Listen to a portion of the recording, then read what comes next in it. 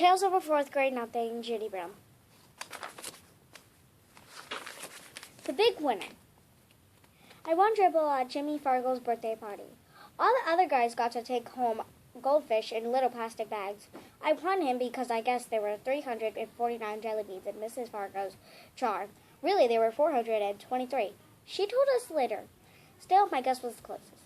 Peter Warren Hatcher is the big winner, Miss Fargo announced. At first, I felt bad that I didn't get a goldfish, too. Then Jimmy handed me a glass bowl. Inside, there were some water and 3 rocks. A tiny green turtle was sleeping on the biggest rock. All the other guys looked at their goldfish. I knew what they were thinking.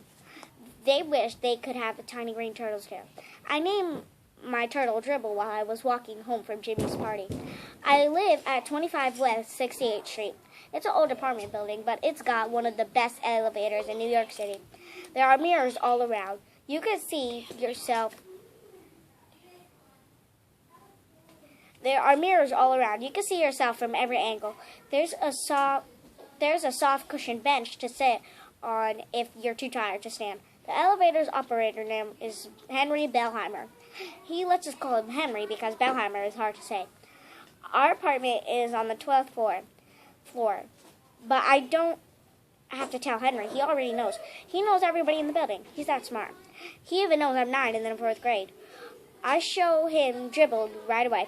I want him at the birthday party, I said. Henry smiled. Your brother's going to be surprised. Henry was right. My mother was really surprised. Her mouth opened when I said, just look at what I won at Jimmy Fargo's birthday party. I held up my tiny green turtle. I already named him Dribble. Isn't that a great name for a turtle? My mother made a face. I don't like the way he smells, he said. What do you mean? I asked. I put my nose right down close to him. I didn't smell anything but turtle. So Dribble smells like turtle, I thought. Well, he's supposed to. That's what he is. I'm not going to take care of him either. My mother added. Of course you're not, I told her. He's my turtle. And I'm the one who's going to take care of him. You're going to change his water and clean out his bowl and feed him and all of that? He asked. Yes, I said. Eat even more. I'm going to see to it that he's happy. This time my mother made a funny noise like a groan. I went into the bathroom. I put Dribble on top of my dresser. I tried to pet him and tell him he would be happy living with me, but it wasn't easy to pet a turtle. They aren't soft and furry, and they don't lick you or anything.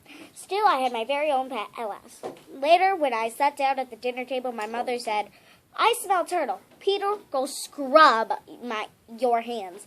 Some people might think that my mother is the biggest problem. She doesn't like turtle, and she's always telling me to scrub my hand. That doesn't mean just rinse them out of the water. Scrub means I'm supposed to use soap and rub my hands together. Then I got to rinse them and dry them. I ought to know by now. I heard it enough.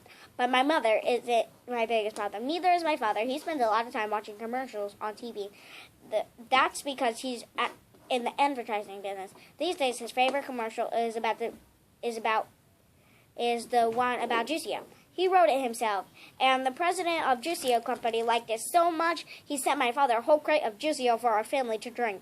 It tastes like a combination of oranges, pineapples, grapefruits, pears, and bananas. And if you want to know the truth, I'm getting pretty sick of it.